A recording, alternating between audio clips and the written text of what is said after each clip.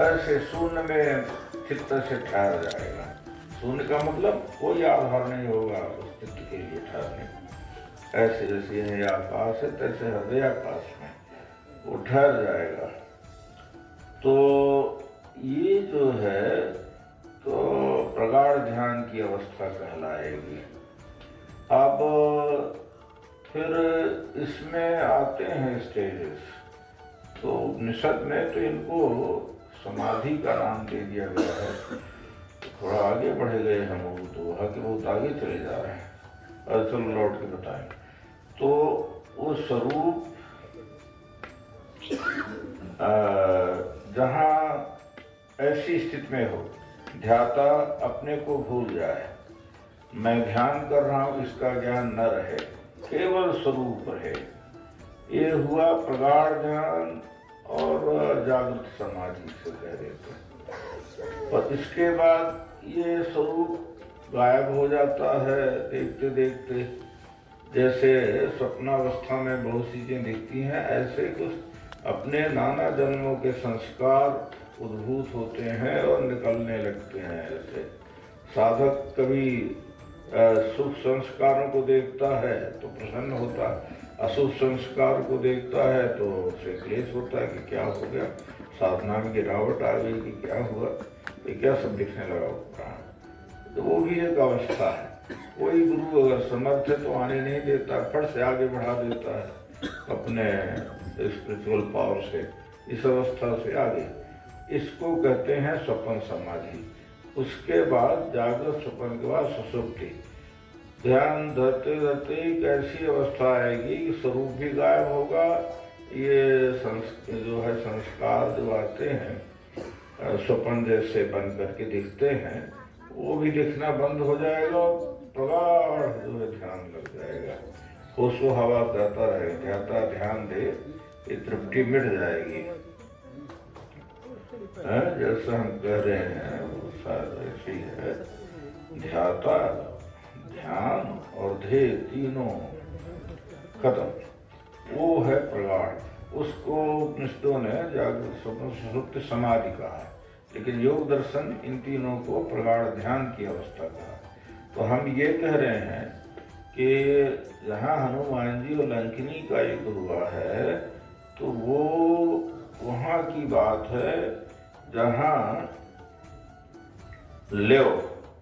लगन अपनी जो है तो थोड़ी देर के लिए स्थिर हो जाए, चाहे जागृत समाधि में कहो, जागृत में कहना चाहिए। वो स्वप्न और वो समाधियां तो आगे की हैं, सुप्ति। तो कहते हैं कि तात स्वर्ग अपवर्ग सुख, स्वर्ग का सुख हो चाहे अपवर्ग का, मुक्ति धाम का सुख। धरी तुला एक अंग, एक तरफ रख दो तुला में, तूलनता ही सकल मिली जो सुख लव सत्संग, केवल स्वरूप ठहर जाए। चलती गाड़ी में कदम ठहर जाए तब तो कहीं भी उठा के फिर फेंक देती है। वो यही सबसे बड़ी समस्या है। साधन कठिन न, साधन और धन कठिन क्या है। हाँ, न मन कहूँ टेका, मन एक जगह टिकता नहीं, स्थिर नहीं होता है। तो स्थिरता आ जाए, लेव लग जाए। तो यहाँ पर एक माया की प्रसक्ति उसे कहते हैं, माया की एक शक्ति काम करती है, उसको कहते हैं लंकिनी। लव में अंकुरण कैसे लाने लगती, लव तो लग गई अपनी, अब उसमें अंकुरण मतलब बहिर्मुख करने लगती है मन को, चित्त को, बुद्धि को। तो कहते हैं कि उसको जो है तो मार गिराए साधक, मतलब अंकुरण न होने पाए, बाहर बहिर्मुख न होने पाए मन, नहीं तो वो चीज नहीं मिलेगी। तो अच्छी तरह से लेव लग जाए तो ये है सत वस्तु में लेव लग गई। सत का मन से, चित्त से, बुद्धि से संग होने लगा, सत्संग। तो ये सत्संग जो है आभ्यंतरिक होता है। ये सत्संग सबसे बड़ा सत्संग है।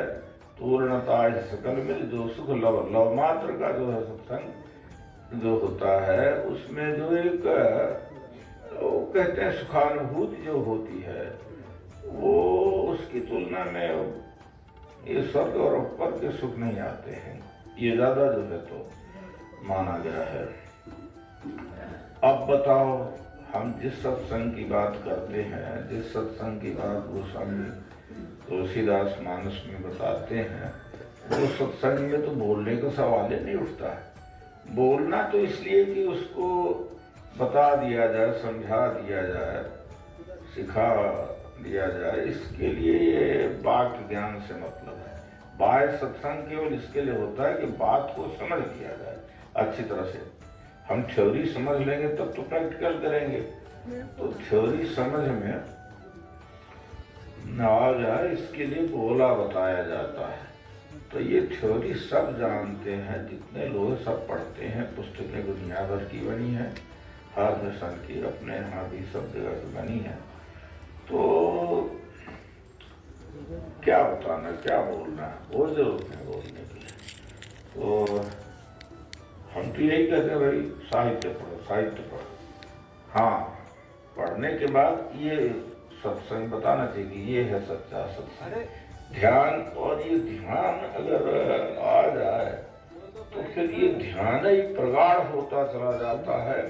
गहरा ध्यान ही, महागहरा ध्यान ही समाधि में परिणत होता है, समाधि कहलाता है। फिर उसके भेद प्रभेद हैं, उसमें जान से समझ लगेगा। हमारे गणिका से ये है कि बिना बोले ऐसे सत्संग होता है, वो सच्चा सत्संग है।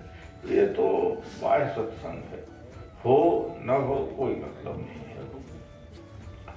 अब देखो, रमन महर्षि दक्षिण भारत में रहे, वो नहीं बोलते थे, लेकिन लोग जाते थे तो उनके शंकाओं का समाधान होता था। कुछ ऐसी अपनी स्पिरिचुअल पावर वो बिखेरते थे कि समाधान होता रहा। इसको कहते हैं मौन